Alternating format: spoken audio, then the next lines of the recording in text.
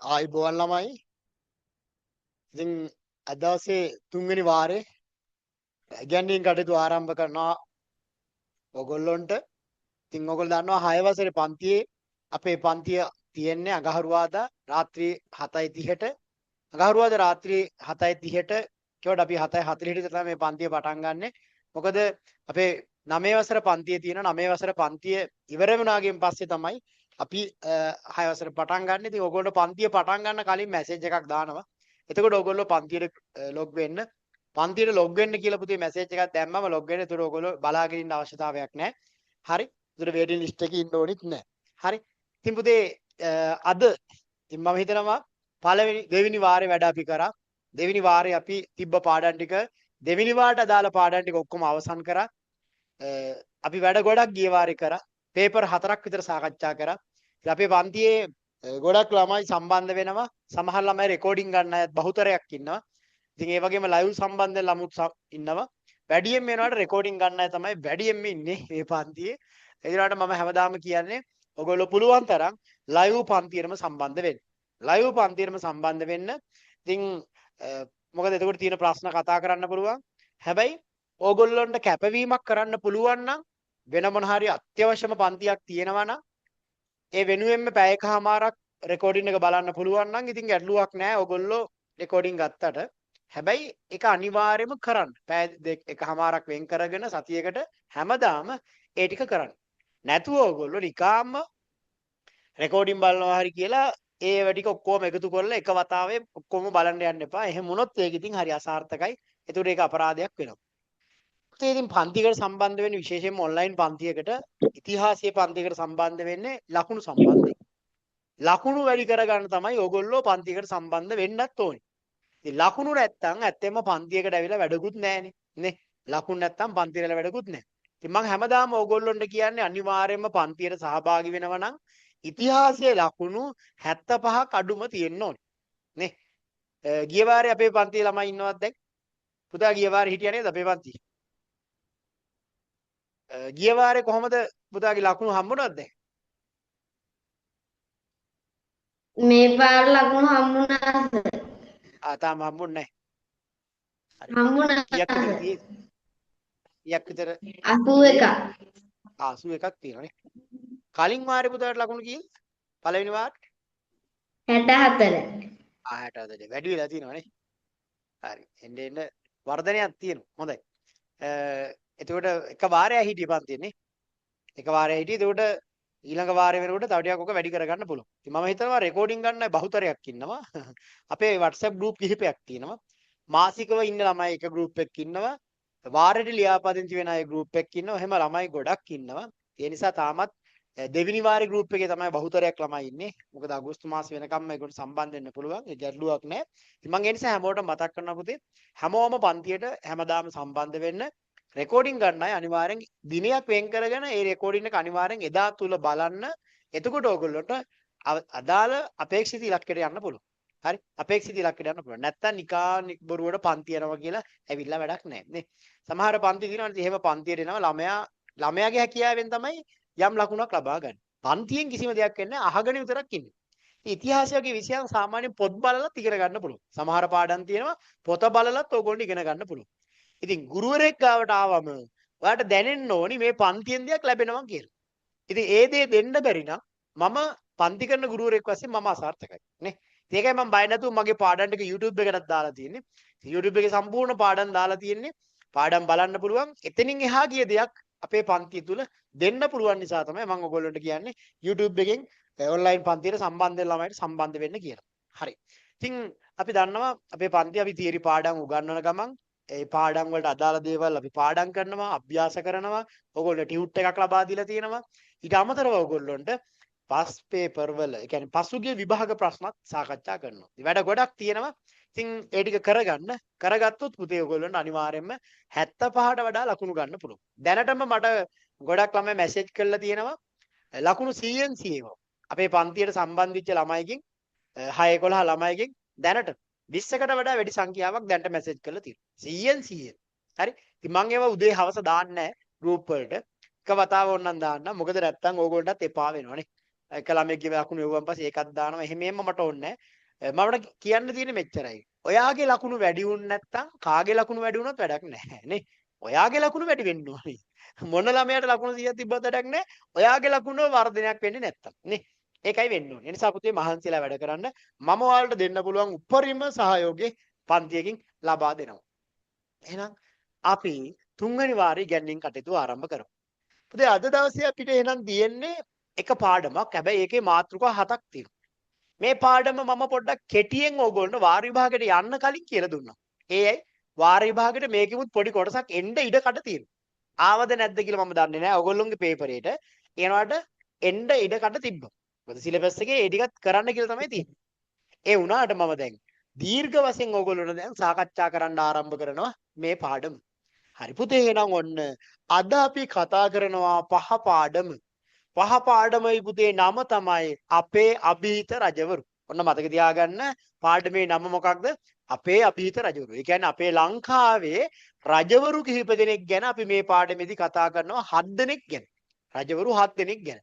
හරි. මම මේක පොඩ්ඩක් කෙටියෙන් කියලා දුන්නානේ පණ්ඩුකාභය රජතුමා ගැනයි දේවානම්පියතිස්ස ගැනයි ඕගොල්ලෝ චුට්ටක් කෙටියෙන් කියලා දුන්නා. වාර විභාගයට පොඩ්ඩක් සපෝට් එකක් ගන්න. මම ඒ උගන්වන්නත් ඉම කිව්වා මේක මම ආය වතාවක් පැහැදිලිව විස්තර කරලා දෙනවා කියලා. නේ? හරි එහෙනම් ඔන්න දැන් මුලින් ඉඳන්ම අපිට දැන් කාලය තියෙනවා වැඩේ කරගෙන යම් පුතේ. අපි අද කතා කරන්නේ පහ පාඩම. මොනවාද පුතේ මේ පහ පාඩමේ තියෙන්නේ?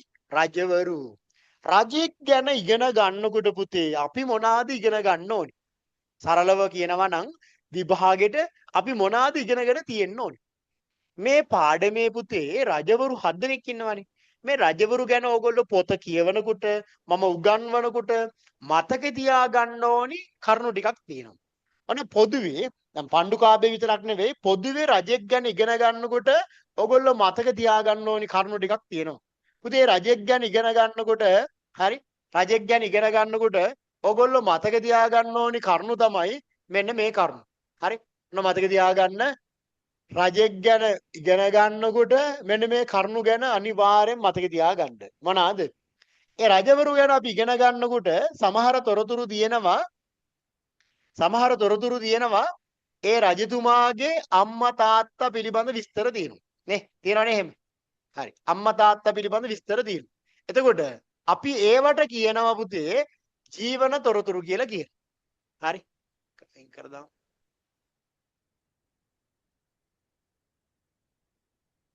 වඩා ඉල්ලමයි.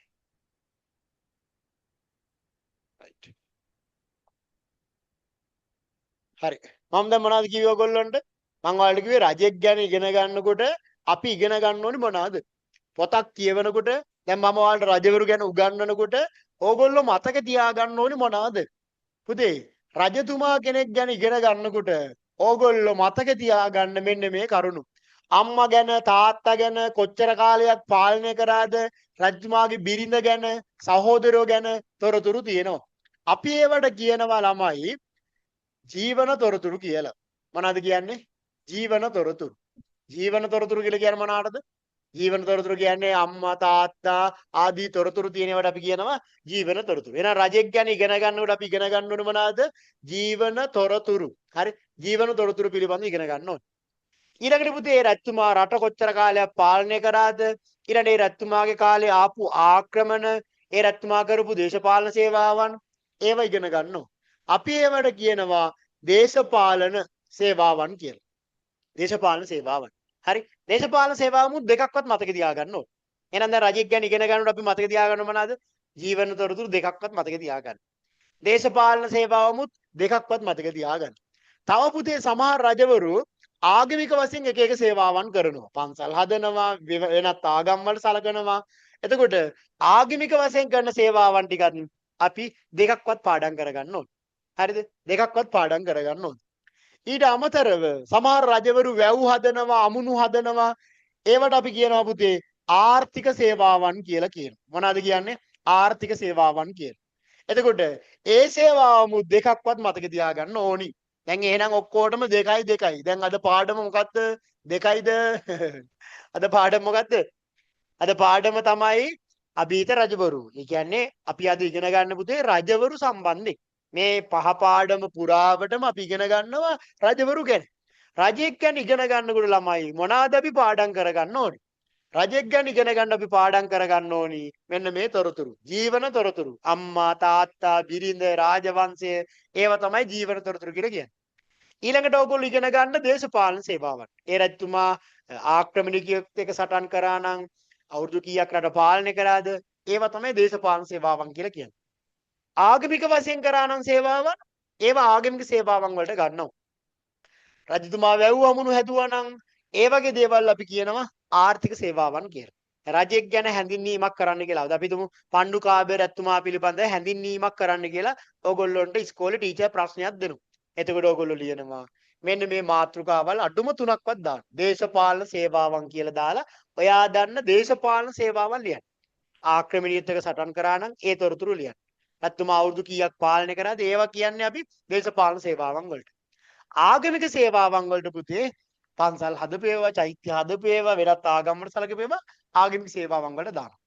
ආර්ථික සේවාවන් වලට දාන්නේ වැව් අමුණු හදපැටි ඒ විස්තර දානවා ආර්ථික සේවාවන් වලට. ඔන්නෝම තමයි අපි උත්තරයක් ලියන්න ඕනේ. පැහැදිලිද? ඔයාලා පාඩමක් බලනකොටත් ඕගොල්ලෝ මින් පස්සේ මෙන්න මේ තොරතුරු ටික ඔලුවට දාගන්න උත්සාහ කරන්න අඩුම ගානේ දෙකක්වත්. එකකින් දෙකක්වත් මතක තියාගන්න උත්සාහ කරන්න. මම හිතනවා ඕගොල්ලන්ට ඒක තේරෙන්නේ නැති කියලා පුතේ. මින් පස්සේ රජතුමා කෙනෙක් ගැන කියලා දෙනකොට ඔන්න ඔය හැම එකක් ගැනම නම් තොරතුරු හම්බ වෙන්නේ නැති වෙයි. ඒ වුණාට අඩුම ගානේ ඒ මාතෘකාවන් වල තියෙන තොරතුරු ටික හරි පොඩ්ඩක් පාඩම් කරගන්න උත්සාහ කරන්න. හරිනේ? හරි එහෙනම් ඔන්න අද අපි කතා කරනවා පුතේ අපේ පාඩම තමයි අභිහිත රජවරු. ලංකාවේ රජවරු ටිකක් ගැන තමයි අපි මේ පාඩමේදී ඉගෙන ගන්නෙ. කවුද රජවරු? අපි ඉස්සෙල්ලාම ඉගෙන ගන්නවා පුතේ පණ්ඩුකාභය රජතුමා ගැන. කවුද ඉගෙන ගන්නෙ? පණ්ඩුකාභය රජතුමා. අපි එහෙනම් අද අපි පණ්ඩුකාභය රජතුමා ගැන ඉගෙන ගමු. හරිනේ? පණ්ඩුකාභය රජතුමා. මේ පණ්ඩුකාභය රජතුමා ලංකාවේ අනුරාධපුර රාජධානියේ ආරම්භක පාලකයා කවුද? අනුරාධපුරේ ආරම්භක පාලකයා කවුද? පණ්ඩුකාභය රජතුමා. අහනවට උත්තර දෙන්න. පණ්ඩුකාභය රජතුමා තමයි අනුරාධපුර රාජධානියේ ආරම්භක පාලකයා. මේ රජතුමා පුතේ අවුරුදු 70ක් ලංකාව පාලනය කළා තියෙනවා. අවුරුදු කීයක්ද? 70ක්. ලංකාවේ වැඩිම කාලයක් රට පාලනය කරපු පාලකයා තමයි කවුද? පණ්ඩුකාභය රජතුමා. මොන මතක තියාගන්න. හරි. අපි දැන් පණ්ඩුකාභය රජතුමා ගැන කතා කරන්නයි යන්නේ. අපි කතා කරමු එහෙනම් ඔන්න මේ තොරතුරු ටික ඔළුවට දාගන්න. අවුරුදු 70ක් පාලනය කරා අනුරාධපුර රාජධානියේ ආරම්භක පාලකයා පණ්ඩුකාභය. අපි කෙටියෙන් කතා කරා ගිය වාරේ විභාගෙට ඕනි ටික. දැන් අපි ඉතින් දීර්ඝ වශයෙන් කතා කරන්නයි යන්නේ. හරි. ඉස්සෙල්ලම කතා කරමු පුතේ ජීවන තොරතුරු. දැන් ඔයගොල්ලෝ ගාව අර ෂෝට් නෝට් එක තියෙනවනේ ඒකත් ළඟට ගන්න. ඒක මම ඔයාලා ගෲප් වලට දාලා දුන්නා ගිය වාරෙත් දුන්නා. හරි. ෂෝට් නෝට් එක අනිවාර්යෙන් print කරගන්න. වැඩි නෑ. කොළ කීයද? 2යි. කොළ 2යි. මේක print කරලා ළඟ තියාගන්න. ඒකේ පළවෙනි මාතෘකාව දැන් තියාගන්න මුල්ම පිටුව. මෙහෙම නමලා තියාගන්න තුරු ලේසි. හරි. ඔන්න එහෙනම් අපි කතා කරනවා මොකක්ද? පණ්ඩුකාභය රජතුමා සම්බන්ධයෙන්. පණ්ඩුකාභය රජතුමා සම්බන්ධයෙන්. පුතේ පණ්ඩුකාභය රජතුමාගේ තාත්තා තමයි දීඝගාමිනී. දීඝගාමිනී. අම්මගේ නම තමයි චිත්‍රා. හරි චිත්‍රා. අම්මගේ නම චිත්‍රා. හරි. බිරිඳගේ නම ස්වර්ණපාලි. හරි දැන් මම කියලා දෙන්නම්කෝ ඔය කතාව කොහොමද කියලා. පණ්ඩුකාභය රජතුමාගේ අම්මා චිත්‍රා. එයාගේ තාත්තා තමයි චිත්‍රාගේ තාත්තා තමයි පඬුවස්දේව.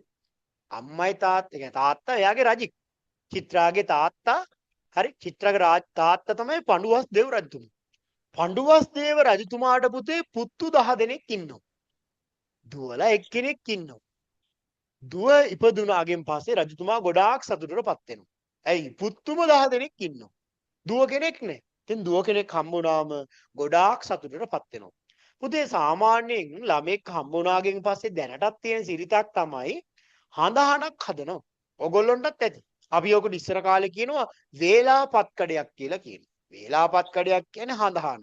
හඳහන ඕගොල්ලෝ තියනවද මොකක් හරි ලග්නයක් එහෙම තියනවද? සමහර අය ඉන්නවා ධනු ලග්නය කියයි, මේෂ ලග්නය කියයි. එහෙම ඉන්නව නේද? ආන්න එහෙම තියෙනවා නේ. හරි ඕගොල්ලෝගේ ලග්න තියෙනවා නේ. හරි. එතකොට එහෙම පුතේ දැන් ඔන්න හඳහන බලන අයට අපි කියනවා නිමිත්ත පාඨකයෝ කියලා කියනවා. ඒ කාලේ ඔයා විභාගෙට එන්නේ නැහැ. අහගන්න කතාව දැන්. ඔයාලා මේකේ මොනවද දැන් මතක තියාගන්න ඕනි? පියාගේ නම දීඝගාමිනී, මව චිත්‍රා. එච්චරයි මතක තියාගන්න ඕනේ. දැන් කතාව අහගන්න සිදුවීම් මම ඔයගොල්ලන්ට කියලා දෙන්නම්. නිකන් අහගන්න. ඔන්න පුතේ දැන් මං කියවනේ පඬුවාස දේව රත්තුමාට පුතු 10 දෙනෙක් ඉන්නවා. එක දුව කෙනෙක් හම්බෙනවා. දුව හම්බුනාගෙන් පස්සේ ඔන්න ජ්‍යොතිෂඥයෝ හඳහන බලලා කියනවා රජතුමනි මේ දුව හරිම වාසනාවන්තයි. හැබැයි පොඩි ප්‍රශ්නයක් තියෙනවා.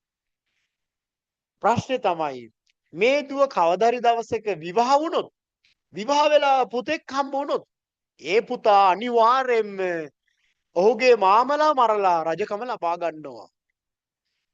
දැන් චිත්‍රාගේ සහෝදරයෝ ටික බය වෙනවා. චිත්‍රාගේ සහෝදරයෝ ටික පුතේ බය වෙනවා. මෙතකොට දැන් ඔන්න සහෝදරයෝ 10 දෙනෙක් ඉන්නවා. සහෝදරයෝ 10 දෙනාම කියනවා අනේ තාත්තේ නංගි මරන්න ඕනි කියලා කියනවා. රජතුමා කියනවා ඒක දුවයිනේ. පුතේ හදිස්සි වෙන්න එපා. පුතේ හදිස්සි වෙන්න එපා. නංගිට එහෙම ඉපදුනා කියලා ළමෙක් හම්බ වෙන්නේ නැහැ. නංගි ඉපදුනා කියලා ළමෙක් හම්බෙන්නේ නැහැ. අපි නංගි සම වැඩිහිටිය බවට පත් වුණාගෙන් පස්සේ අපි එයාට විවාහ වෙන්න බැරි විදියට අපි එයා තියාගමු කියලා කියනවා. ඊට පස්සේ ඉතින් ඔන්න අර සහෝදරයෝ 10 දෙනා බය වෙන්නේ නැහැ. ඊට පස්සේ පුතේ ඔන්න දැන් ඇය වැඩි වියටපත් වෙනවා. ඇය වැඩි වියටපත් වෙනවා. දැන් ඉතින් ඔළුවේ තියෙනවා අර සහෝදරවරුන්ට නංගි විවාහ වුණොත් අනිවාර්යයෙන්ම වෙන දේ තමයි මොකක්ද? මාමලා ටික මරලා පුතෙක් හම්බ වුණොත් පුතා රජකම ගන්නවා. ඒ නිසා මාමලා ටික බයයි. දැන් ඔන්න චිත්‍රා කුමරිය පුතේ වැඩි වියට බවට පත්. ඒ කියන්නේ ලොකු ගෑනු ළමෙක් බවට පත් වෙනවා. ඇය පුතේ දුටුවන් උන්මාදයට පත් වෙනවා. උන්මාදයට කියන්නේ අපි අපේ කියන භාෂාවෙන් කියනවා නිකන් පිස්සු හැදෙනවා. ඒක ලස්සන. හරි. එයාගේ ලස්සන ටිකක් දැකපු අය උන්මාදයට පත් වෙනවා කියලා කියනවා. ඒ නිසා ඇයට නමක් දාලා තියෙනවා ඒ කාලේ උන්මාද චිත්‍රා කියලා. හරි. උන්මාද චිත්‍රා කියලා කියනවා. දැන් ඉතින් උන්මාද චිත්‍රා ඔහොම හිටියොත් නම් ලොකු ප්‍රශ්නයක්. ඇයි? ඇය විවාහ වුණොත් අනිවාර්යයෙන්ම අර සහෝදරයෝ ටික මරලා පුතා රජකම ගන්නවා. ඒ නිසා පුතේ ඇය පොඩි කාලේම ඇයට ගෙයක් වෙනම හදනවා. ඒක පොළවට එක කණුවකින් සම්බන්ධ වෙන විදිහට හදනවා එක්ටම් ගෙයක්. මොකක්ද හදන්නේ? එක්ටම් ගෙයක් හදනවා. හරි. එක්ටම් ගෙයක් කියන්නේ පුතේ එක් ටැබකින් එක් කණුවකින් විතරයි පොළවට සම්බන්ධ වෙන්නේ. ඊට පස්සේ ඔන්න කුමරිය මේකේ හිඳවනවා. ඒ කියන්නේ මෙයාට මේකෙම ඉන්න කියනවා. ආය කොහෙවත් යන්න බෑ. ඔන්න දැන් කුමරිය වැඩි වියටපත් වෙනවා. වැඩිහිටි ගෑනු ළමෙක් බවට පත් වෙනවා. දැන් කුමරිය ඉන්නවා එක්ටම්ගේ. ඔන්න කුමරිය ඉන්නවා එක්ටම්ගේ උඩට වෙලා. පේනවද? ඔන්න එක්ටම්ගේට වෙලා කුමරිය ඉන්නවා. ඉතින් කුමරිය මං මේ අඬ වගේ නෙවෙයි. කුමරිය හරිම ලස්සනයි. කුමරිය හරිම ලස්සනයි. උන්මාද චිත්‍රානේ. ඊට පස්සේ ඉතින් ඔන්න කුමරිය දැන් එන්න කුමරියගෙත් වයස යනවා. මේකත් මතක තියාගන්නකෝ. මේ හරියේ ඉන්නවා පුතේ ආරක්ෂකයෝ දෙන්නෙක්. හොඳ සෙන්පතියෝ දෙන්නෙක් පත් කරනවා. මේ වෙන කොහෙවත් යන්න බැරි වෙන විදිහට. ඉතින් මෙතන දානවා පුතේ සෙන්පතියෝ දෙන්නෙක් චිත්තරාජ කියලයි. ඊළඟ එක්කෙනාගේ නම මොකක්ද? දන්නවද? කාලවේල. චිත්තරාජ කාලවේල කියන්න බලන්න. චිත්තරාජ කාලවේල කියන කතාව. රාජ කාලවේල. චිත්තරාජ කාලවේල. චිත්තරාජ කාලවේල. හරි. ඔන්න දැන් චිත්තරාජයි කාලවේලයි තමයි බොඩිගාඩ්ලා දෙන්න. දැන් මෙහෙම ඉන්නව ඇති නේද? මෙහෙම බොඩිගාඩ්ලා දෙන්න දෙපැත්තෙන් ඉන්නවා හැම වෙලේම කාටවත් යන්නත් බෑ. ඇයට කොහෙවත් යන්නත් බෑ. පුතේ ඔහොම ටික දවසක් යද්දී රජමාලිගාවේ නැන්දලා ගෙදරට එනවා අශ්වයාගේ පිට කුමාරේ. හරිද? අශ්වයාගේ පිටින් එනවා ඇති ඉතින් ටකස් ටකස් ගාලා එහෙම එනවා නේද? අශ්වයාගේ පිට හොම එනවා. ඉතින් පේනවා ලස්සන කාමරයක කුරුණක් උඩ කුමාරිකාවක් ඉන්නවා. ඉතින් ඇය දිහා දැකලා ඊට පස්සේ හැම විස්තරයක්ම දැනගෙන නන්දගේ දුව කියලා දැනගෙන අන්තිමේදී මේ දෙන්න අතරේ හිතවත්කමක් ගොඩනගා ගන්නවා.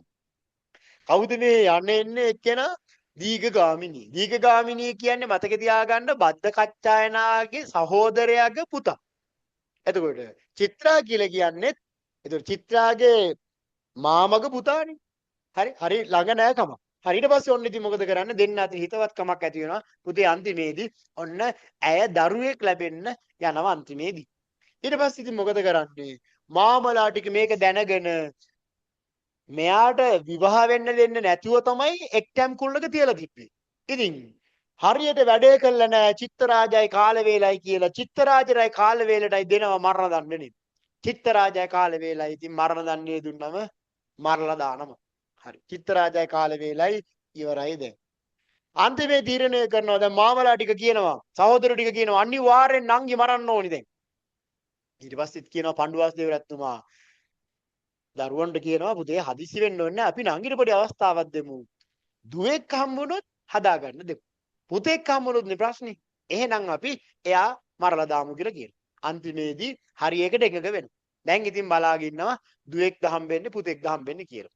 ඊට පස්සේ පුතේ චිත්‍ර ටිකක් අපිට චිත්‍ර කල්පනා කරනවා මට පුතෙක් හම්බුනොත් මාමලා ටික සහෝදර ටික පුතා මරයි. එහෙනම් මගේ පුතා බේරා ගන්නවා නම් එයා හොයලා බලනවා මේ කාලෙම තව දරුවෝ ලැබෙන්න ඉන්න කාන්තාව කවුද? ඊට පස්සේ පුතේ හොයලා බලලා කාන්තාවක් හම්බෙනවා සාකච්ඡා කරනවා.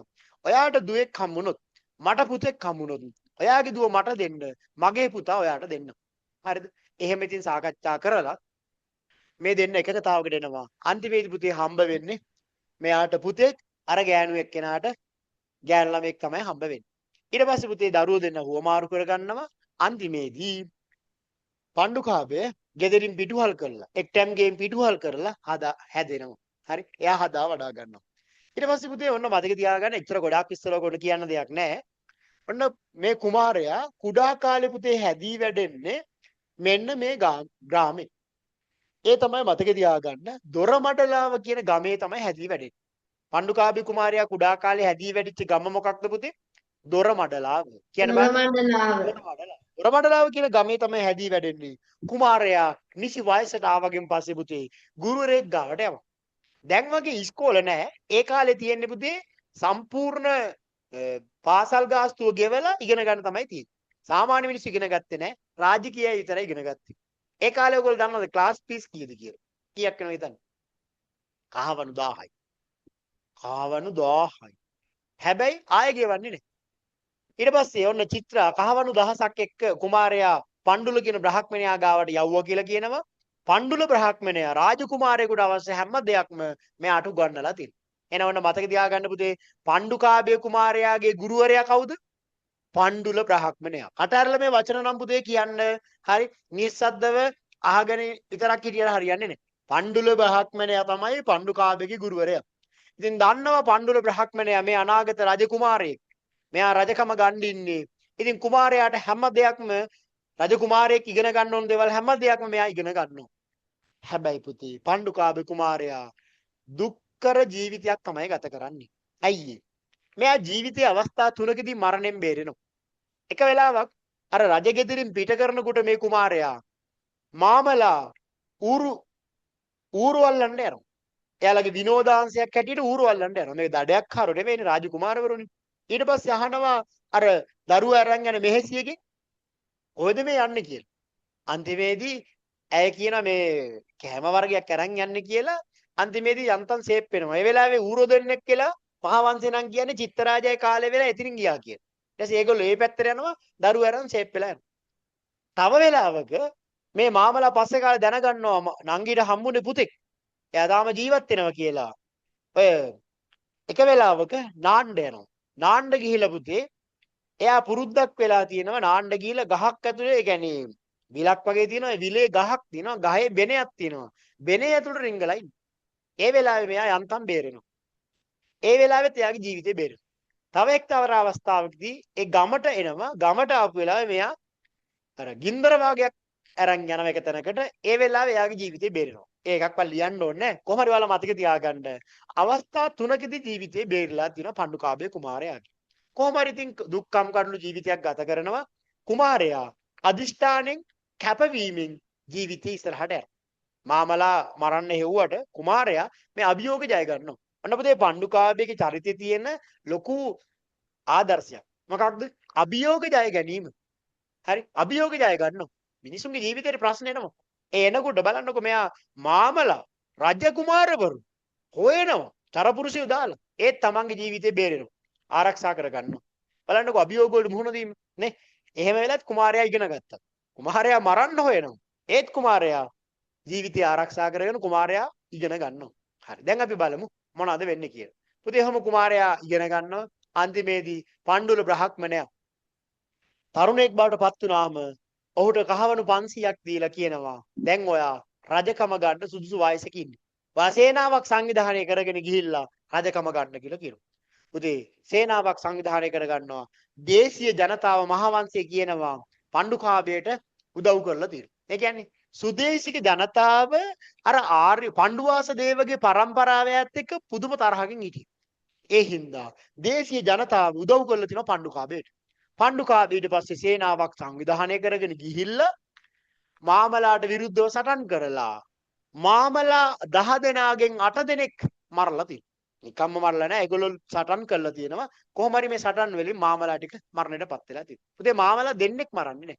එක්කෙනෙක් අබේ කියන මාමා, අනිත් එක්කෙනා ගිරිකණ්ඩ සිව කියන මාමා. ඔය දෙන්න හැර ඉතිරි අය ඔක්කොම මරලා තියෙනවා. ඊට පස්සේ කොහොම හරි මෙයා රාජ්‍යත්වය ලබා ගන්නවා. දැන් අපිට තියෙන්නේ පුතේ පාලන කටයුතු. පණ්ඩුකාභය රජතුමාගේ රාජ්‍ය කාලේ පාලන කටයුතු ගැන තමයි දැන් අපිට කතා කරන්න තියෙන්නේ. අපි එහෙනම් කතා කරමු පණ්ඩුකාභය රජතුමාගේ කාලේ පුතේ දැන් කොහොමද රට පාලනය කරේ. දැන් හරිනේ මාමලා පරාජයටපත් කළා රජකම ගත්තා. පුතේ ඉස්සෙල්ලාම මෙයා කරන වැඩේ තමයි නගරයක් නිර්මාණය කරන. මේ වෙනකොට නගරයක් නැහැ. ප්‍රධාන නගරයක් නැහැ. මේ රජතුමා කියනවා අනුර කියලා ඇමතිවරයෙක් ඉන්නවා. අනුර මෙහෙන්න.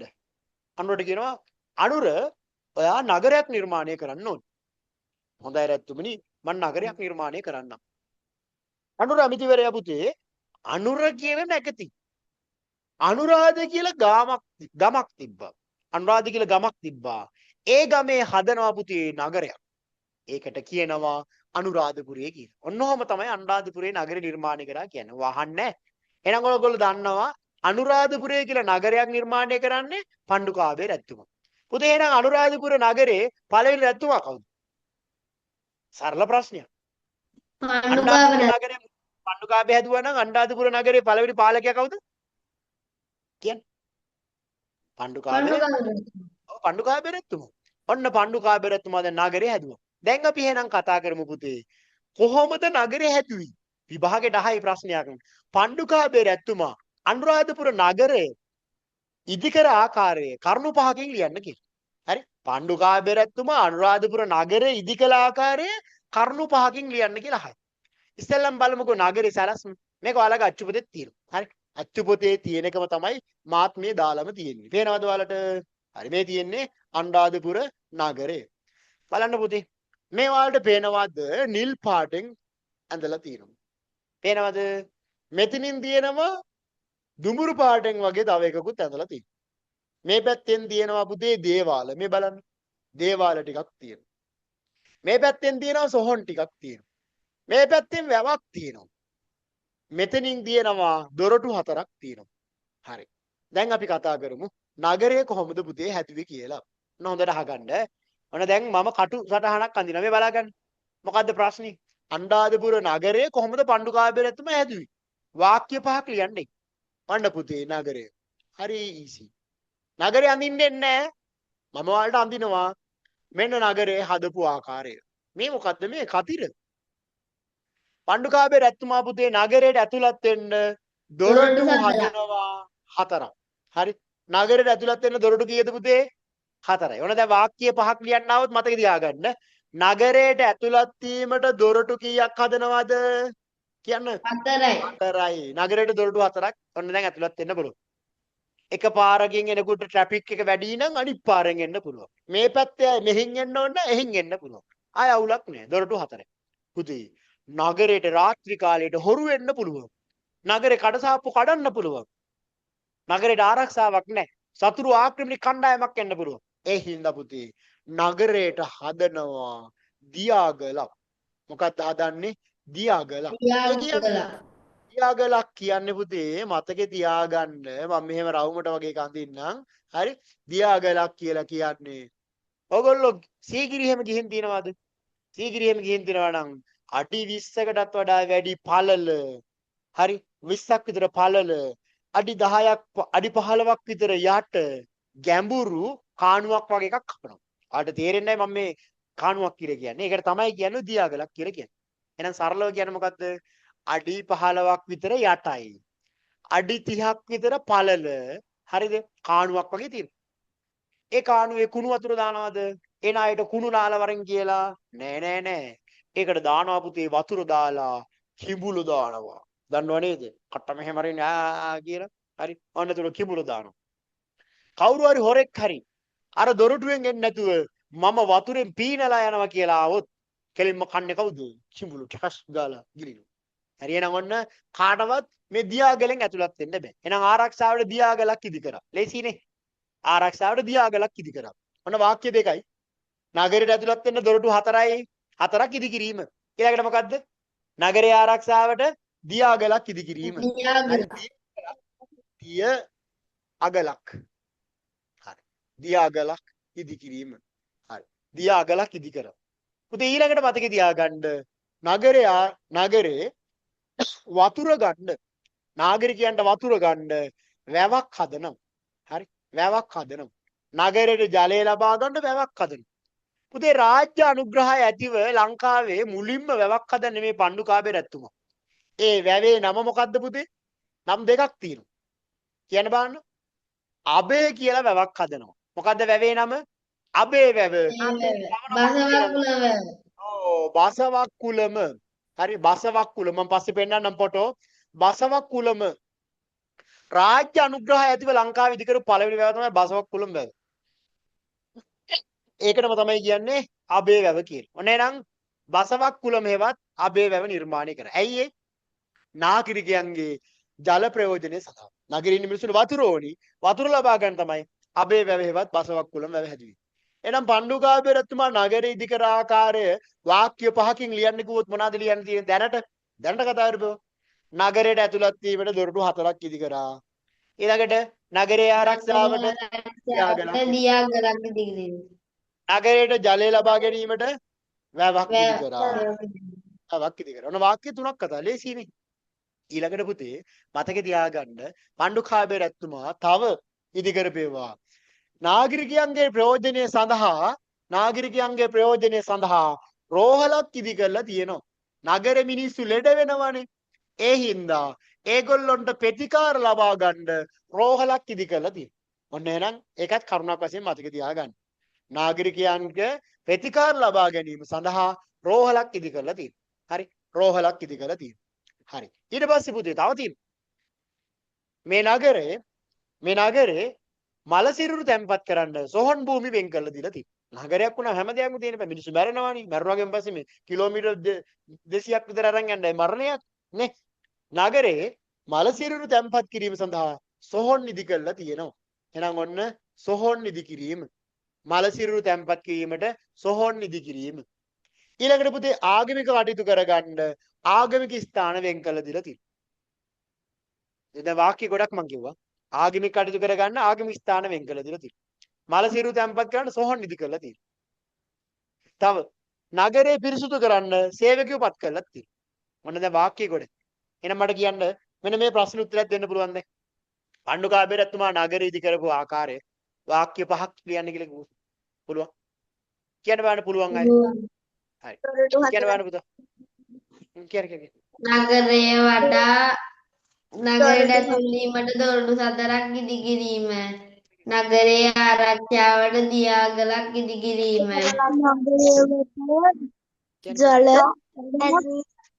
ජලය සැපයීමට වැවක් ඉදි කිරීම. කියන්න ඔක්කොම කියන්න මම අහගෙන ඉන්නවා. ප්‍රතිකාර ලබා ගැනීමට රෝහලක්. හරියනේ නියම කියන්න. හරි එහෙනම් ඔන්න දැන් වාක්‍ය 5ක් පුළුවන් නේ. පුතේ මෙහෙමයි.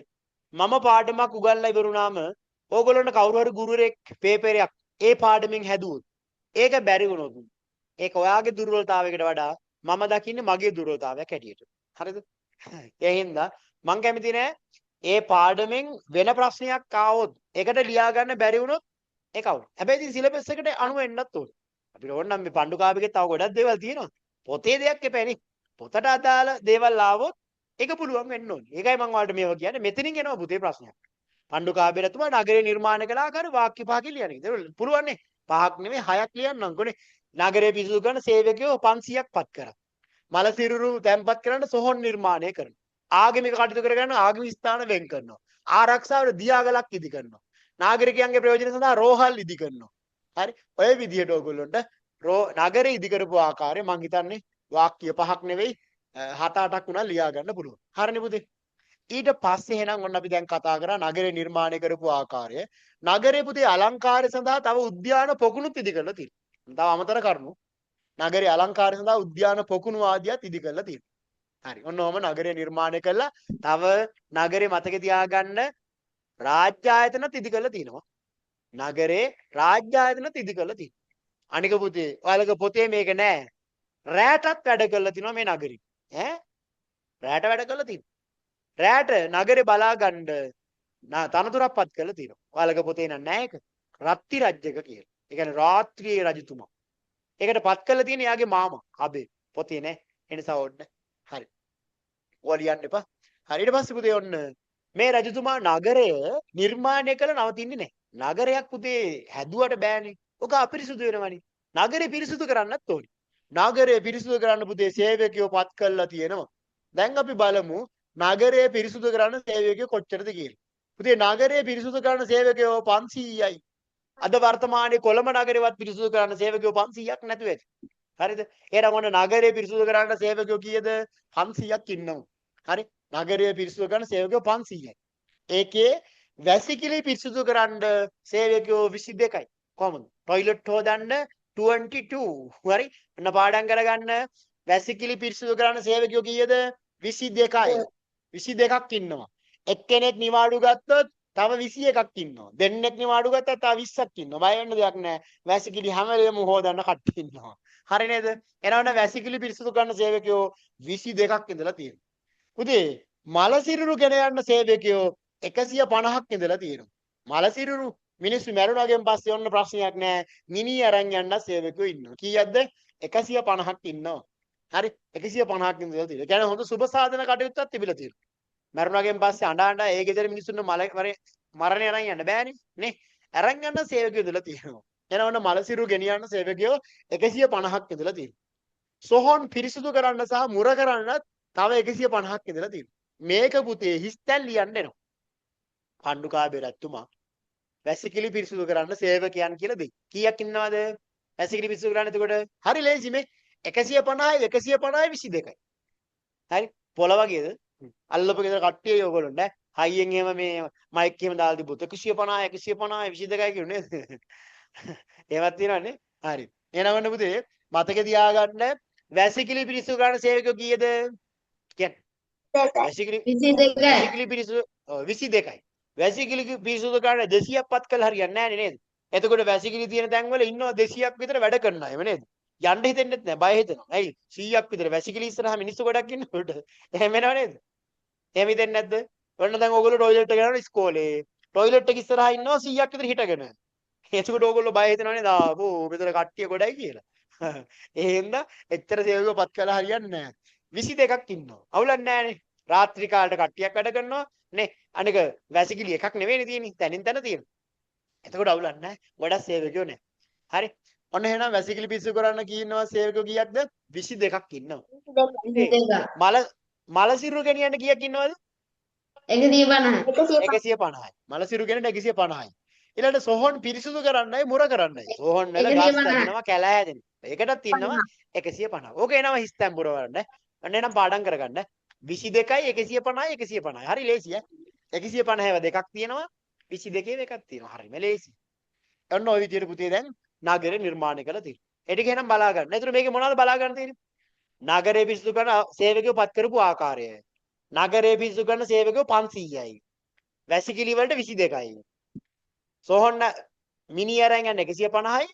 සොහොන් පිරිසුදු කරන්නයි මුර කරන්නයි 150. ඒ කාලේ සොහොන් මුර කරලා තියෙනවා. ඇයි ළමයි සොහොන් මුර කරන්නේ? මිනි වලට බයයිද? ඒ මැරිච්ච මිනිස්සු ගම් වලටයි කියලාද? මැරිච්ච මිනිස්සු ගම් වලටයි කියලාද නැත්නම් සොහොන් වලට මිනිස්සු ඇවිල්ලා ඒගොල්ලන්ට බය කරයි කියලාද? කොහොම හරි ඔන්න සොහොන් මුර කරලා තියෙනවා. මුර කරන්නේ මෙහෙමයි. සමහර වෙලාවට ඉතින් ඉස්සර එහෙමයි දැමුත් එහෙමයි. මිනිහෙම උස්සන. ඈ මිනි උස්සනවා. ඔයගොල්ලෝ දන්නේ නැද්ද ඒක? මිනි උස්සනවා. ඉස්සර කාලේ පිල්ලි යවනවා කියලා එකක් තියෙනවා ළමයි. ඔයගොල්ලෝ අහලා තියෙනවද දන්නේ? පිල්ලි යවනවා. පිල්ලියවන්න ගන්න මලමිනියක්. එතකොට මලමිනියට පණ දෙනවා වගේ ගුරුකම් කරනවා. ඉස්සර කාලේ ගුරුවෝ ඉන්නවනේ. ඒ ගුරා එක එක ගුරුකම් කළා මලමිනියට පණ දෙනවා. ඒතර ඒක මෙහෙම යනවා. කොහොමද? මරණය කොහොම යනවා? කොහොමද ඕගොල්ලෝ පාරේ යද්දී මරණයක් මෙහෙම වෙනකොට? ඇටසැකිල්ලක් වගේකට. හරි බය වෙන්න එපා. ඉස්සර කාලේ තමයි ඕක තිබ්බේ. ඕකට කියන්නේ මොනවා කියලාද? පිල්ලියවනවා කියලා. හේන් රකින්නකොට පුතේ ගුරෝ කියන්නේ ගුරුවරු නෙවෙයි, ඉස්කෝල ගුරු නෙවෙයි. ගුරුකම් කරන අය කරනවා කියලා කියන්නේ ඉස්සර කාලේ ඉන්දියාවේම පිල්ලියවනවලු. පිල්ලියවනවා කියලා කියන්නේ කම්මැලිනේ රැට. ඒගොල්ලෝ කරනවා කියන්නේ මලමිනියකට පණ දෙනවා. ඒතර මලමිනියට පණ දුන්නාම පස්සේ එකපාරක් මස් ඇවිල්ලා මම තමයි කියලා මේ මැරිච්ච මිනිස්සයා කියලා කියන්නේ. ඒ ඇටකටු ටික මෙහෙම ඇවිදගෙන යනවලු ඔහොම. ඊට පස්සේ ඊළඟ හේනට යනවා. ඊට පස්සේ එයාත් මොකද කරන්නේ? ආය ගුරුකමක් කියලා ආය අනිත් පැත්තට වෙනවලු. එහෙම එළි වෙනකන් ඉතින් ඒ වැඩේ කරගෙන ඉන්න. පැහැදිලිද? එහෙම තිබ්බලු ඉස්සර. හරි. සමහරක් අය ඉතින් එහෙම මල මිනිස්සු මැරිච්ච ඒවා උස්සලා තියෙනවා. හරි. ඊළඟට පුතේ දැන් අපි එහෙනම් කතා කරමු පණ්ඩුකාභය රජතුමාගේ කාලේ දැන් ආගමික කටයුතු කොහොමද සිද්ධ වෙලා තියෙන්නේ. ඉතින් පණ්ඩුකාභය රජතුමාගේ කාලේ ආගමික කටයුතු ගැන කතා කරනකොට මහාවංශේ සඳහන් වෙලා තියෙනවා ආගමික ඇදහිලි 500ක් තිබිලා තියෙනවා. ආගමික ඇදහිලි කියලා කියන්නේ ඇදහිලි කියන්නේ පුතේ මිනිසුන්ගේ විශ්වාස අනුව සමහර අය ගස් වලට වදිනවා. සමහර අය ගල් වලට වදිනවා. දැකලා නැත්ද එහෙම? ගහක් ළඟට යනකොට සමහර අය ගහට වදිනවා. දැකලා නැහැ? ගස් වලට වදිනවා. සමහර අය ත්‍රිවිල් වලට වදිනවා. සමහර අය බස් එකේ සුක්කාටම වදිනවා. දැකලා නැද්ද? සමහර අය බයික් එකට වදිනවා. ඉතින් අපිට කාටවත් ඒකට මොකුත් කියන්න බෑනේ. ඒක එයාගේ විශ්වාසය. එයා විශ්වාස කරනවා. ඉතින් ඒකට වැන්දර ප්‍රශ්නකුත් නැහැ ඉතින්. මොකද තමන්ගේ විශ්වාසනේ. ඉස්සර කාලෙත් පුතේ ඔහොම මිනිස්සු එක එක වලට වදලා තියෙනවා. ඉස්සර කාලේ සමහර අය හැමදාම වහිනවා. අද නාණ්ඩවත් විදිහක් නැහැ. රෙද්දක් හැට්ටයක් හොදා ගන්නවත් වෙලාවක් නැහැ. අනේ වැහි දෙයියෝ වැහපාන් කියලා කියනවා. එකපාරම මෙන්න ළමයි අකුණු ගහනවා දඩ බඩ ගාලා වහිනවා. අනිවාර්යෙන් වැස්සි දෙයියෙක් ඉන්නවාමයි. මං කිව්වේ දේ අහලා තමයි දෙයියෝ වැස්සි කියලා. මොකද කරන්නේ? වැහි දෙයියට වදිනවා. ඔන්න තව මිනිස්සුකට වැහැලා එපා වෙලා ඒ මිනිසයා කියනවා අනේ දෙයියෝ අද නම් ඉර පායන්න ඕනි දෙයියෝ කියලා කියනවා. ඇයි රෙද්දක්වත් වේල ගන්න විදිහක් නැහැ. හැමදාම වහිනවා. අද ඉර පායන්න කියලා කියනකොට මෙන්න ටික වෙලාවක් එද හොඳට ඉර පායනවා ළමයි. එයා ඉදිරි හිතනවා ඉර දෙවියෙක් කියලා. මං කිව්ව දේ අහලා තමයි ඉර ස්විච් එක දැම්මේ කියලා. පැහැදිලිද? එහෙම හිතන්න. ඉර දෙයියෝ ස්විච් එක දානවා. ඊට පස්සේ වැහි දෙයියොත් එහෙම තමයි.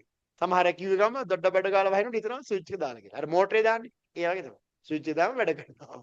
අර වෙසක් කාලට අර අපි කූඩුවට ලයිට් දැම්ම ගමන් පත්තු වෙන්නේ ආන්න ඒ වගේ. ඉතින් මිනිස්සුන්ගේ පුතේ විශ්වාස. ඔයගොල්ලෝ දන්නවද ඉන්දියාවේ ඕට වඩා ඇදිලි ගොඩක් තියෙනවා. දැන්ට ඉන්දියාවේ මීට අවුරුදු 4කට කලින් තාත්තා කෙනෙක් Tamanට අපල තියනවා කියලා දුව විවාහ කරලා දුන්නා නාගහකට. තව ඉන්දියාවෙම දැන් මීට අවුරුදු 4-5කට කලින් දුවක් විවාහ කරලා දුන්න එළුවෙකුට. දුවක් විවාහ කරලා දෙන එළුවෙකුට. ඒතර මම මේ කියන්න හදන්නේ ඉන්දියාවේ තාමත් එක එක විශ්වාස තියෙනවා. දැන් හිතන්නකෝ පුතේ දැන් මේක ගොඩක් දියුණු කාලයක් නේ.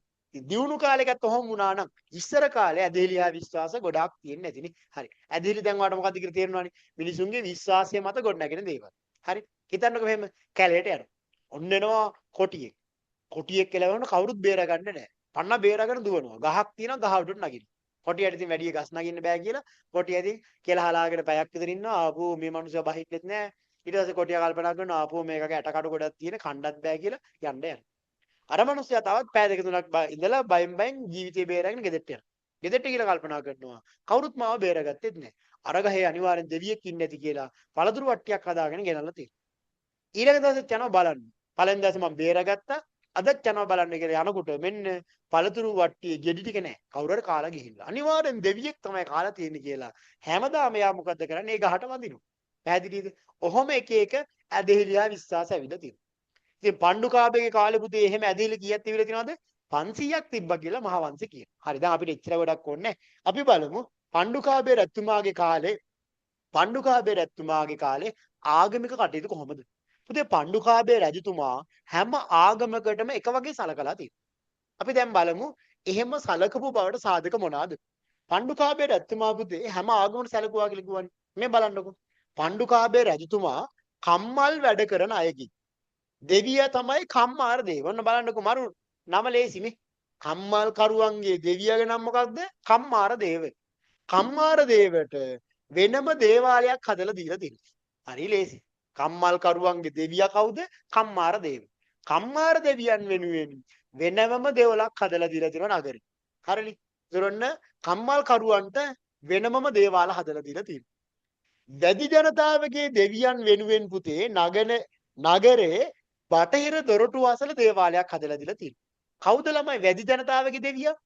එයාට කියන්නේ මොකක්ද දන්නවද? ව්‍යාධ දේව. වැඩි දෙවියා කියන එක තමයි ව්‍යාධ දේව කියලා කියන්නේ. එහෙනම් ඔන්න වැඩි ජනතාවගේ දෙවියට ඒගොල්ලොන්ට වෙනමම දේවාලයක් හදලා දීලා තියෙනවා. කොහෙද හදලා දීලා තියෙන්නේ? නගරේ බටහිර දොරටු අසල තමයි දේවාලයක් හදලා දීලා තියෙන්නේ. ඔන්න කෙටි ප්‍රශ්නයකට හයි. නගරේ බටහිර දොරටු අසල දේවාලයක් හදලා දෙන්නේ කුමන ආගමක් අදහන අයටද? වැඩි ජනතාවගේ දෙවියා වෙනුවෙන්. ඒතර කම්මල් කරුවන්ගේ දෙවියා කවුද? කම්මාර දේව. එයා වෙනුවෙන් වෙනම දේවාලයක් හදලා දීලා තියෙනවා. පොතේ නැති එකක් කියන්නම්. චිත්තරාජයි කාල වේලයි ගොඩක් උදව් කරානේ. මෙයාට රජකම ගන්නත් උදව් කරලා තියෙනවා. ඉතින් චිත්තරාජයි කාල වේලයි වෙනුවෙන් පුතේ දේවාල දෙකක් හැදුවා කියලාත් මහාවංශයේ තියෙනවා. පණ්ඩුකාභයරතුමා නාට්‍යකුත් බැලුවා කියලා කියනවා ඒගොල්ලොත් එක්ක. ඉතින් ඒක ඇතුළේ මා භූත කතා ගොඩයි නේ. මැරිච්ච මිනිස්සුෙක් කොහොමද නාට්‍යයක් බලන්නේ නේ. එනිසා මම දැන් කියන්නේ නැහැ. එහෙම වුණොත් අද භූත කතාවක් වෙනවා. එහෙනම් පුතේ අපි පණ්ඩුකාභයරතුමාගේ ආගමික කටයුතු කතා කරලා ඉවරයි. මොකද්ද මම දැන් කතා කරේ? හැම ආගමකම සැලකුවා. නගරේ කම්මල් කරුවන්ගේ දෙවියන්ට කම්මාර දේවට වෙනම දේවාලයක් හදලා දුන්නා. වැඩි ජනතාවගේ දෙවියන් වෙනුවෙන් නගරේ බටහිර දොරටු අසල වෙනම දේවාලයක් හදලා දුන්නා. ඔය ටික බලන්න දැන් ෂෝට් නෝට් තියෙන ළමයි ඒකේ තියෙනවද කියලා? මේ ෂෝට් නෝට් එකේ පළවෙනි පිටුවේ අණ්ඩාදුපුර නගරේ ඉදිකිරීම කියලා දාලා ඒ විස්තරය තියෙනවා. වැසිකිලි පිරිසු ගන්න 22යි නගරයේ පිරිසු ගන්න 500යි සෝනමුර ගන්න 150යි කියලා දාලා තියෙනවා. හරි. ඒක තියෙනවා එනම් ආගමික සේවාවන් වලට දාලා තිනවා හැම ආගමකට සැලකුවා වැඩි ජනතාවගේ දෙවියන් වෙනුවෙන් බටහිර දොරටු අසල දේවාලයක් ඉදි කරා ඒ විස්තර ටිකත් ඔන්න පුතේ දාලා තිනවා. හරිනේ. එහෙනම් ළමයි අපිට දැන් කතා කරන්න තියෙන්නේ මේ රජතුමාගේ කාලේ ආර්ථික සංවර්ධන කටයුතු මොනවද කරලා තියෙන්නේ. ඉතින් පණ්ඩුකාභය රජතුමා රාජ්‍යත්වයටපත් වෙලා ආර්ථිකෙත් දියුණු කරන්න කටයුතු කරලා තියෙනවා. මේ රජතුමා තමයි ලංකාවේ පළමු වතාවට රාජ්‍ය අනුග්‍රහය ඇතිව වැවක් ඉදි කරන්නේ. එහෙනම් ඔන්න මතක තියාගන්න ලංකාවේ ප්‍රථම වතාවට රාජ්‍ය අනුග්‍රහය ඇතිව වැවක් ඉදි කරපු පාලකයා කවුද? පණ්ඩුකාභය රජතුමා. මොකද්ද පුතේ වැවේ නම? පණ්ඩුකාභය රජතුමා හදන වැවේ නම මොකද්ද? පළවෙනිම හදපු වැවේ නම මොකද්ද? බසවක් කුලම හේවත් අබේ වැව. අබේ වැවේවත් බසවක් කුලම වැව. මෙන්න ෆොටෝ එකකින් බලා ගන්නකො බසවක් කුලම වැව. පේනවද ඔයාලට? අනුරාධපුරයට ගියොත් රුවන්වැලි සෑය අසල තමයි මේ බසවක් කුලම වැව තියෙන්නේ. මෙන්න මේක තමයි බසවක් කුලම වැව කියලා කියන්නේ. හරිනේ. එනවනේ අපි දැන් ඉගෙන ගත්තා බසවක් කුලම වැව සම්බන්ධයෙන්. හරි. මේ තමයි බසවක් කුලම වැව. මේක හදන්නේ කවුද? පණ්ඩුකාභය රජතුමා. හරි. පණ්ඩුකාභය රජතුමා. එහෙනම් ඔන්න ලංකාවේ රාජ්‍ය අනුග්‍රහය ඇතිව රජෙක් විසින් ඉදි කරපු පළවෙනි වැව තමයි අබේ වැව. එහෙම නැත්නම් බසවක් කුලම වැව. හරි. රජෙක් විසින් ඉදි කරපු පළවෙනි වැව තමයි අබේ වැව. ඊට කලින් පොඩි වැව තිබිලා තියෙනවා. රජෙක් කැටියට හදලා තියෙන පළවෙනි වැවක් අබේ වැව බසවක් හේවත් බසවක් කුලම වැව පණ්ඩුකාභය රජතුමා. පුතේ ඊට පස්සේ මේ රජතුමා තව වැව් දෙකක් ඉදි කරලා තියෙනවා. ඒ වැව් දෙක තමයි මතක තියාගන්න ගාමිණී වැවයි ජය වැවයි. හරි ලේසිනේ. ලංකාවෙත් ඇතිනේ ඔයගොල්ලෝ ගෙවල් පැතිරලා නැද්ද ගාමිණී මාමා කියලා. ගාමිණීලා හැම පැත්තෙම ඉන්නවා. මේ පැත්තෙත් ඉන්නවා. නේ කොළමත් තියෙන හැමදේම මට අහුවෙලා තියෙනවා ගාමිණී කියලා. හරි. එහෙනම් ගාමිණී මාමා කියන්න එපා. ගාමිණී වැවයි ජය වැවයි. ගාමිණී වැවයි ජය වැවයි මේ රජතුමා තවත් වැව් දෙකක් පස්සේ කාලේ ඉදිකලා දෙනවා. නොයි විදිහට පණ්ඩුකාභය රජතුමා හැම ආගමකට සලකලා තියෙනවා. හරි. හැම ආගමකට සලකලා තියෙනවා. එතකොට රටේ සංවර්ධන කටයුතු සිද්ධ කරලා තියෙනවා. හැම අංශෙටම මේ රජතුමා ලොකු සේවයක් කරලා තියෙනවා. ඉතින් මේ රජතුමා අවුරුදු 70ක් පුතේ රට පාලනය කරා. හරි. දැන් ඉවර නෑ පාඩම. පුතේ දැන් ওই විදිහට පණ්ඩුකාභය රජතුමා දැන් කටයුතු කරා. දැන් මට දැන් පොඩ්ඩක් සාරාංශය කියන්නේ ඉතිරි කොටස කතා කරන්න කලින් පණ්ඩුකාභය රජතුමාගේ අපි ඉස්සෙල්ලාම කතා කරා ජීවන තොරතුරු. දැන් මට කියන්න බලන්න එහෙනම් පණ්ඩුකාභය රජතුමාගේ මව කවුද? පණ්ඩුකාභයගේ මව චිත්‍රා කුමාරිය. චිත්‍රා කුමාරිය. පියා දීඝගාමිනී කුමාර. දීඝගාමිනී. හරි. අවුරුදු කීයක් පාලනය කරාද? අවුරුදු 70ක් රට පාලනය කරා. 70ක් පාලනය කරා. ඒතර අනුරාධපුරයේ ආරම්භක පාලකයා පණ්ඩුකාභය රැතුමා. ඒ ටික අපි කතා කරා. පණ්ඩුකාභයගේ පුතේ ගුරුවරයා කවුද? පණ්ඩුක බ්‍රාහ්මණයා. හරි. පණ්ඩුල බ්‍රාහ්මණයා. පණ්ඩුල බ්‍රාහ්මණයා තමයි පණ්ඩුකාභයගේ ගුරුවරයා. ඊළඟට පණ්ඩුකාභය කුමාරයා හැදී වැඩිච්ච ගම තමයි කුඩා කාලේ මේ කුමාරයා හැදී වැඩුණු ගම තමයි දොරමඩලාව. ඔව් දොරමඩලාව කියන ගමේ තමයි මේ කුමාරයා හැදී වැඩුණේ. ඊට පස්සේ අපි කතා කරා ආගමික සේවාව මොනවද කියලා කතා කරා. ඔයාලට මතක ඇති ආගමික සේවාවන් වලදී මම ඔයාලට කියලා දුන්නා පණ්ඩුකාභය රැතුමා සෑම ආගමකටම එක හා සමාන සැලකුවා කිව්වා. වැඩි ජනතාවගේ දෙවියා වෙනුවෙන් ව්‍යාජ දෙවියා වෙනුවෙන් නගරේ බටහිර දොරටු අසල දේවාලයක් හැදුවා. ඊළඟට පණ්ඩුකාභය රැතුමා ඊට අමතරව නගරයේම කම්මල් කරුවන්ගේ දෙවියා කම්මාර දෙවියා වෙනුවෙන් වෙනම ස්ථානයක් හදලා දුන්නා කියලාත් අපි කතා කරා. ඊට පස්සේ අපි කතා කරා පණ්ඩුකාභය රාජ්‍ය කාලේ තවත් වැදගත්ම සිදුවීමක් තමයි අනුරාධපුර නගරය ඉදිකිරීම. පණ්ඩුකාභය රැතුමා තමයි මේ අනුරාධපුර නගරය ඉදි කරන්නේ. නගරය ඉදි කරපු ආකාරය මම ඔයාලට කියලා දුන්නා. නගරේ ඇතුළත් වීමට දොරටු 4ක් ඉදි කරා. ඊළඟට නගරයේ ආරක්ෂාවට දියාගලක් ඉදි කරා. නගරේ ජලය ලබා ගන්න වැවක් ඉදි කරා. ඊළඟට නගරේ ආගමික කටයුතු කරගන්න ආගමික ස්ථාන වෙන් කරලා දෙනවා. සොහොන් නිදි කරලා දෙනවා. නගරේ පිරිසිදු කරන්න සේවකයෝ 500ක් පත් කරා. ඒකේ টয়ලට් හොදන්න විතරක් 22යි. සොහොන් මලසිරු අරන් යන 150යි. සොහොන් මුර කිරීම සහ පිරිසිදු කරන්න සේවකයෝ 150ක්. ආදී වශයෙන් සේවකයෝ පත් කරා කියලාත් කතා කරා. ඊළඟට පුතේ ආය අහන්න පුළුවන් විභාගයේ මාතෘකාවක් තමයි පණ්ඩුකාභයගේ චරිතයෙන් ගන්න පුළුවන් ආදර්ශ මොනවාද? දැන් ඔයගොල්ලෝ මේ කියලා දුන්න පාඩමෙන් මේ පණ්ඩුකාභයගේ චරිතය දැක්ක සුවිශේෂී ලක්ෂණ මොනවාද? අභියෝගවලට මුහුණ දීම. අභියෝග වලට මුහුණ දීම පණ්ඩුකාභයගේ චරිතය පුරාට තිබ්බා. මාමලා රාජකුමාරවරු වුණත් මේ කුමාරයා කොහොම හරි ජීවිතේ බේරගෙන පණ බේරගෙන අන්තිමේදී තමන්ගේ අභියෝගය ජයගත්තා. රජකමම ලබා ගත්තා. ආයේ කුමාරයා දිගින් දිගටම අදිෂ්ඨානයෙන් කටයුතු කරානේ. අදිෂ්ඨානයෙන් කටයුතු කළා තියෙනවා.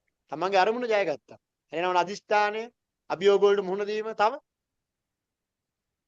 ආයේ පණ්ඩුකාභය චරිත මොකද්ද පුතේ? කැපවීමක් තියෙනවා. මේ කුමාරයාගේ චරිතය පුරාවටම කැපවීම තියෙනවා. අදිෂ්ඨානෙ තියෙනවා. තමන්ගේ අරමුණ ජය ගැනීම ඒකක් තියෙනවා. තමන්ගේ අරමුණ කොහොම හරි ජය ගන්න. ඕගොල්ලන්ටත් ඔහොම තමයි ඉගෙන ගන්නකොට ඉතින් සමහරවිට හැමදාම එකම වගේ ජීවිතේ කාලයක් එන්නේ නැහැ. එක එක අපහසුතාව තියෙන කාලවල එන්න පුළුවන්. ඉතින් ඒ අභියෝග ජයගෙන වැඩ කරන්න ඕනේ. ඉතින් ඉතිහාස පාඩම් වලයි මේ වගේව දාලා තියෙන්නේ. පණ්ඩුකාභය මාමලා මැරුවා කියන්නේ නැහැ. මාමලා මැරුවා කියන්නේ මේතර බලන්න මේ චරිතවල අපිට ගන්න තියෙන ආදර්ශ ගොඩක් තියෙනවා. ඉතින් ඕගොල්ලෝ ඒ වගේ ආදර්ශ ගන්න. ඒකයි ඔයාලට ඉතිහාස වගේ විෂයන් ප්‍රධාන විෂයන් කරලා තියෙන්නේ. නැතුව මරපු එව්වයි හදපු වැව් ටිකයි පාඩම් කරන්නයි රාජ්‍ය කාල පාඩම් කරන්නයි නෙවෙයි ඉතිහාස දාලා තියෙන්නේ. මේ කතාවෙන් පුතේ අපි ගත යුත්ත ගන්න ඕනේ. හොඳ දේවල් ගන්න ඕනේ. හරි. ඉතින් ඒකට තමයි මේ පාඩම් දාලා තියෙන්නේ. හරි. එහෙනම් ඔන්න ඕගොල්ලෝ දැන් කරන්න ඕනේ වැඩේ තමයි ෂෝට් නෝට් එක හැමෝම print කරගන්න. ඒතර ෂෝට් නෝට් එකේ පුතේ මේ ටික තියෙනවා. මේ ටික හොඳට පාඩම් කරගන්න. හරි. ෂෝට් නෝට් එකේ තියෙන ටික හොඳට පාඩම් කරගන්න. මම හිතනවා දැන්ටම ඕගොල්ලෝ මතක ඇති කියලා. අපි එහෙනම් අද දැන් ඔයගොල්ලෝ ටියුටර් සමහරක් වෙලාවට තාම ගහගෙන නැතුව ඇති. පොඩි අභ්‍යාසයකට යන්න අපි. මේ පාඩමේ පණ්ඩුකාභය රැතුමා සම්බන්ධයෙන් පොඩි අභ්‍යාසයකට අපි යමු. හරි. දැන් මම ඔයගොල්ලෝ ටියුට් ගන්නම්. ඔයගොල්ලෝ ගොඩක් ළමයි මේකට ටියුට් ළඟ නැතුව ඇති. මම ටියුට් එක දැන් ඔයගොල්ලෝ දාන්නම්. ටියුට් එකේ ප්‍රශ්න ටිකක් අපි කරමු. දැන් ඔයගොල්ලෝ අභ්‍යාස ලියන පොත ගන්න. ප්‍රශ්න ලියන්න නම් එපා ළමයි. ඔයගොල්ලෝ එපා වෙනවනේ. හරි. අපි ප්‍රශ්න අංක ටික දාලා පිළිතුරු අංක ටික ලියමු. මේකේ තියෙනවා පුතේ ප්‍රශ්න 500කට ආසන්න සංඛ්‍යාවක්. ඉතින් ඔයගොල්ලෝ මේ ටියුට් ටික ඉල්ලගෙන print එකක් දාගන්න. මම දැන් ඉන්න ගන්නම් ඔයගොල්ලොට.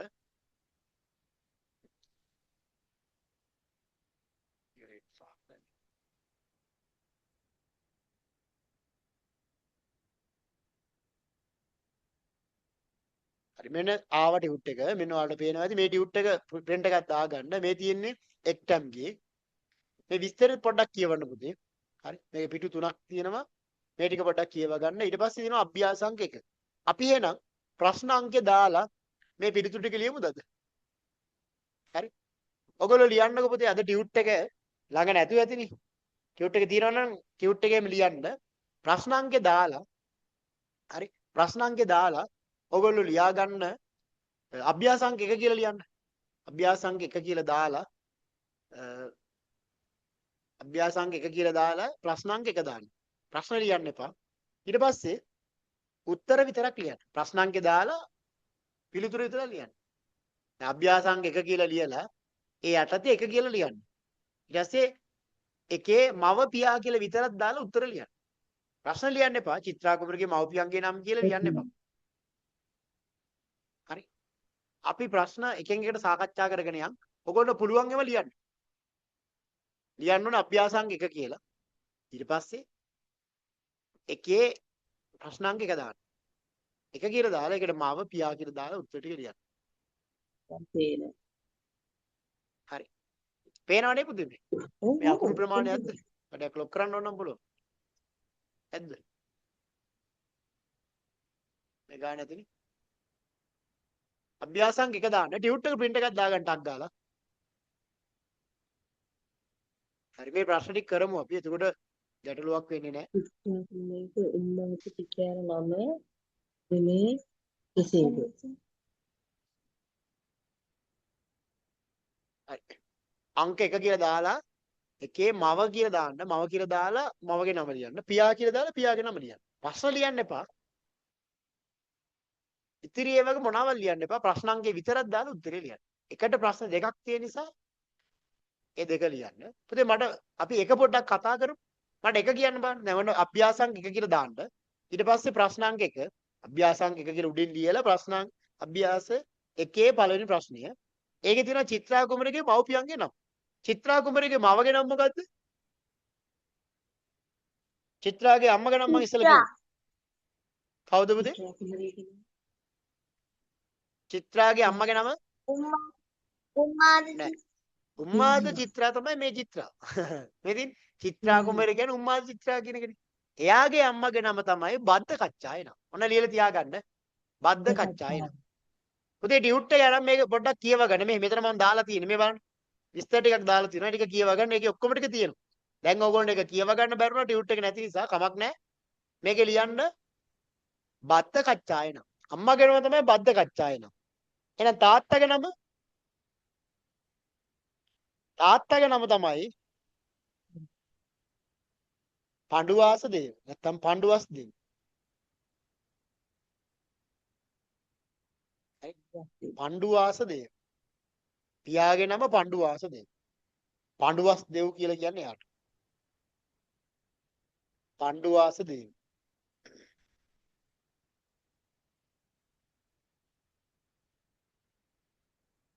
පණ්ඩුවාස දේව.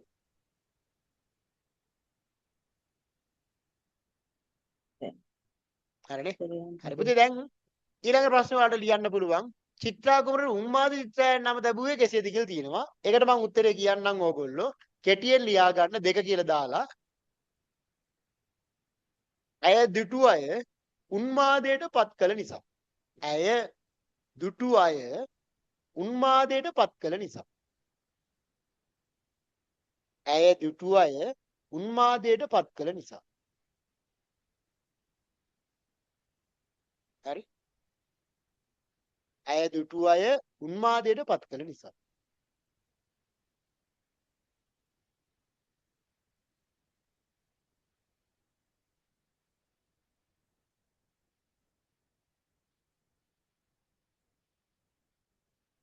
ඇය දුටු අය උන්මාදයට පත් කළ නිසා.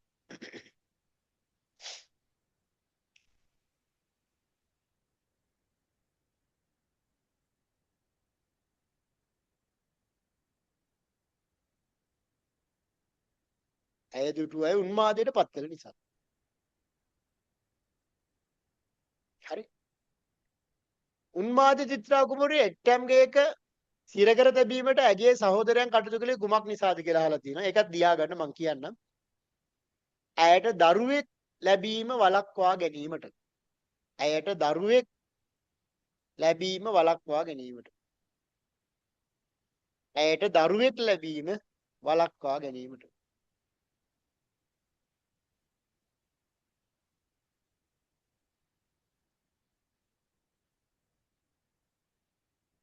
ඇයට දරුවෙක් ලැබීම වළක්වා ගැනීමට. හරි. 3ට උත්තරේ ඇයට දරුවෙක් ලැබීම වළක්වා ගැනීමට.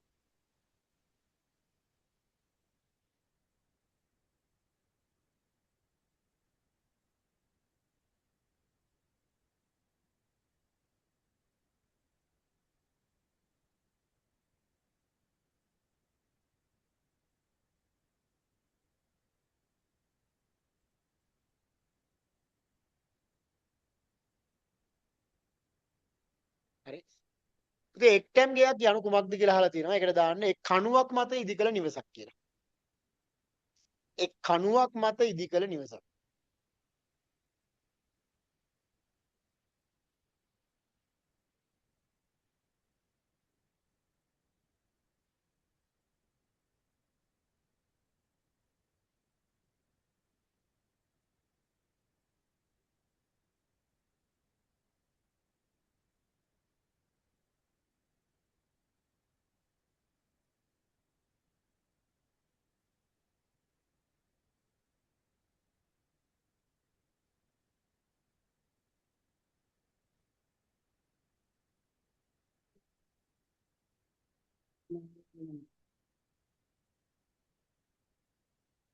නේද?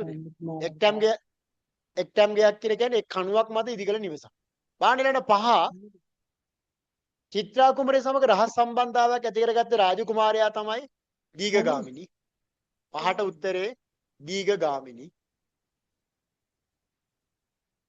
පහට දීඝගාමිනී. හරි. දීඝගාමිනී. ඒ කියන්නේ යාගේ පියාගේ නම තමයි ඔය තියෙන්නේ දීඝගාමිනී.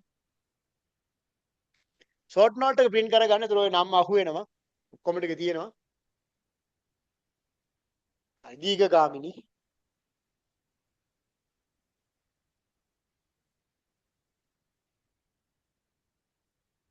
හරි. 6 ඔහුගේ පියා තමයි දීඝායු. ඒ කියන්නේ දීඝගාමිනීගේ පියා තමයි දීඝායු. දීඝායු. ගායි.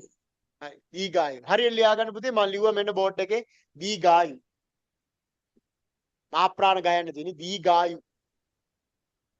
චිත්‍රා කුමරිය ලැබුණු පුත්‍රයා කුඩා කල හැදී වැඩුණේ කුමන ගමේද කියලා. ඒක ලේසි මම අද ඉගන්නුවා. ඒවා එන්න පුළුවන් ඒවා. ඒ නිසා කියන්න පුතේ උත්තරේ.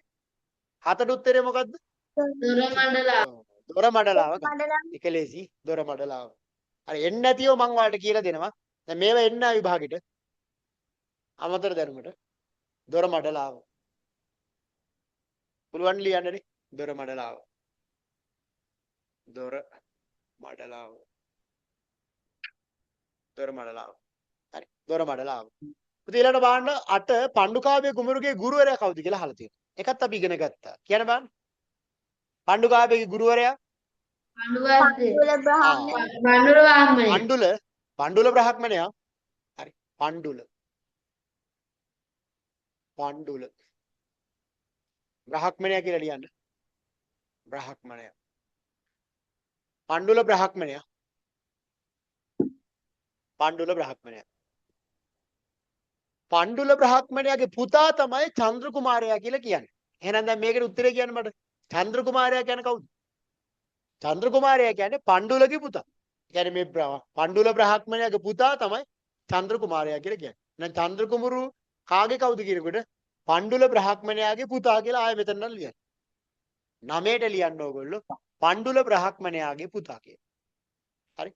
පණ්ඩුල බ්‍රහ්මණයාගේ පුතා සම ගන්න ආවද? නෑ. පන්දුල බ්‍රහ්මණයාගේ පුතා. හරි. නමයට එන්න ඕනි චන්ද්‍ර කුමාරයා කියන්නේ කාගේ කවුද කියලා අහනවා. මං ඉගන්නුවේ නෑ. ඒක පොතේ නෑ ඕගොල්ලන්ට අමතර දැනුමට තියෙන්නේ. චන්ද්‍ර කුමාරයා කියලා කියන්නේ පණ්ඩුල බ්‍රහ්මණයාගේ පුතා. පණ්ඩුකාභයගේ පුරෝහිතයා වෙන්නේ යා. ඒක ඔයාලගේ පොතේ නෑ. මෙතෙන්ද ලියන්න ඕගොල්ලෝ නමයට උත්තරේ පණ්ඩුල බ්‍රහ්මණයාගේ පුතා. පණ්ඩුලගේ පුතා තමයි චන්ද්‍ර කුමාරයා කියලා කියන්නේ. එයා තමයි පණ්ඩුකාභයගේ පුරෝහිතයා වෙන්නේ. ගුරුවරයා පණ්ඩුල. පණ්ඩුකාභය කුමරුට පණ්ඩුල බමුණා කළ උදව් උපකාර පිළිබඳ කෙටි සටහනක් ලියන්න කියලා තියෙනවා. ඒ කියන්නේ පණ්ඩුකාභයට පණ්ඩුල බ්‍රහ්මණයා කරපු දේවල් මොනවාද? කියන්න බලන්න දැන්. අපි ඒක කතා කරා කරුණු දෙකක් විතර.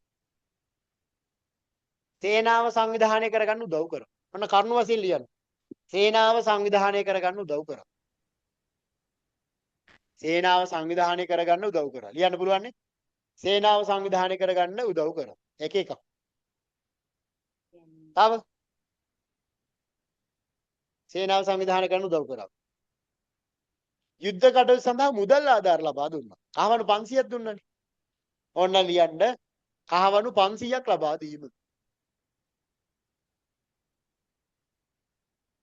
යුද්ධය සඳහා සේනාව හොයලා දුන්නා. ඊළඟට කහවණු 500ක් ලබා දීම. ඒ කහවණු කියලා ලියන්න පුළුවන්ද?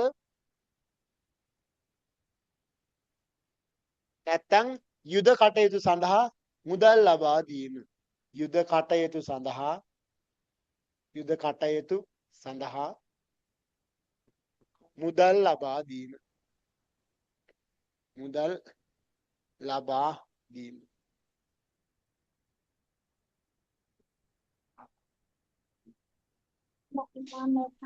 යුද කටයුතු සඳහා මුදල් ලබා දුන්නා. ඊට සේනාව සංවිධානය කරා. තව ඕනනම් ලියන්න පුළුවන් අවශ්‍ය ශිල්ප ශාස්ත්‍ර ඉගැන්වීම. රාජකුමාරයෙකුට අවශ්‍ය ශිල්ප දැනුම ලබා දීම. නැත්තම් ලියන්න ශිල්ප දැනුම ලබා දීම කියලා. ශිල්ප දැනුම. පුළුවන් නේ ලියන්න. ශිල්ප දැනුම ලබා දීම. ශිල්ප දැනුම ලබා දීම. ඒ කියන්නේ රාජකුමාරයෙකුට අවශ්‍ය ශිල්පීය දැනුම ලබා දුන්නා. සටන් කරන්න ඊළඟ රටක් පාලනය කරන්න අවබෝධයක් තියෙන්න බෑ. ඒ අවශ්‍ය දැනුම ලබා දුන්නා. හරි. ඒතර යුද කටයුතු සඳහා මුදල් ආධාර ලබා දුන්නා. ශිල්ප දැනුම ලබා දුන්නා. සේනාව සංවිධානය කරා. ඔය ටික පුතේ ඔය ප්‍රශ්නෙට උත්තර හැටියට ලියන්න. හරි.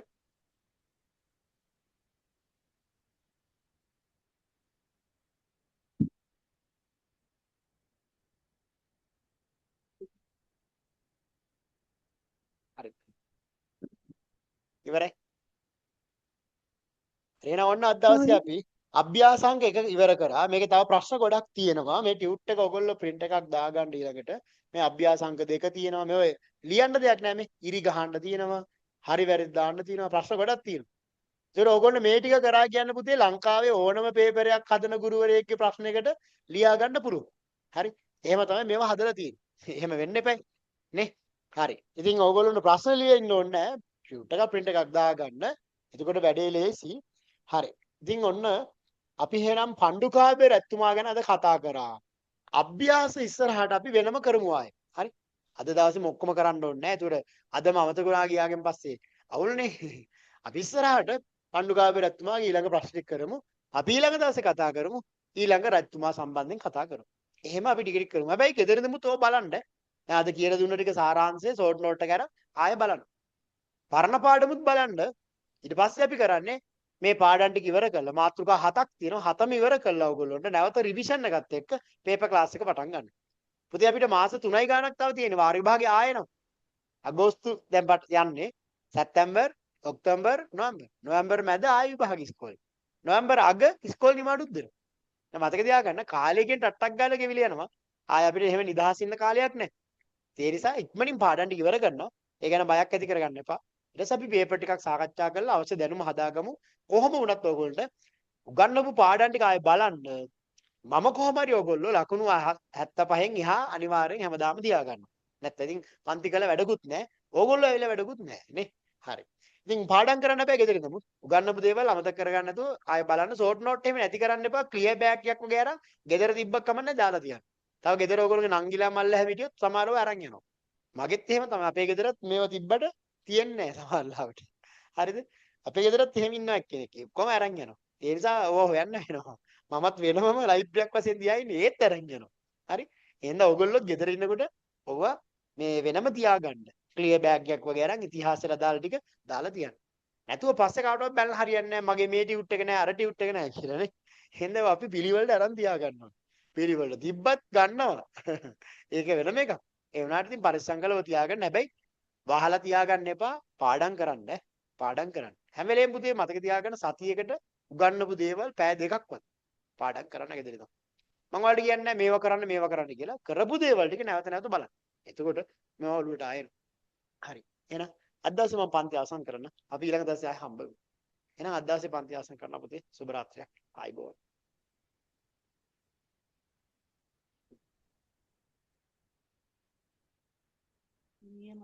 මට ලේදුණා හොඳට.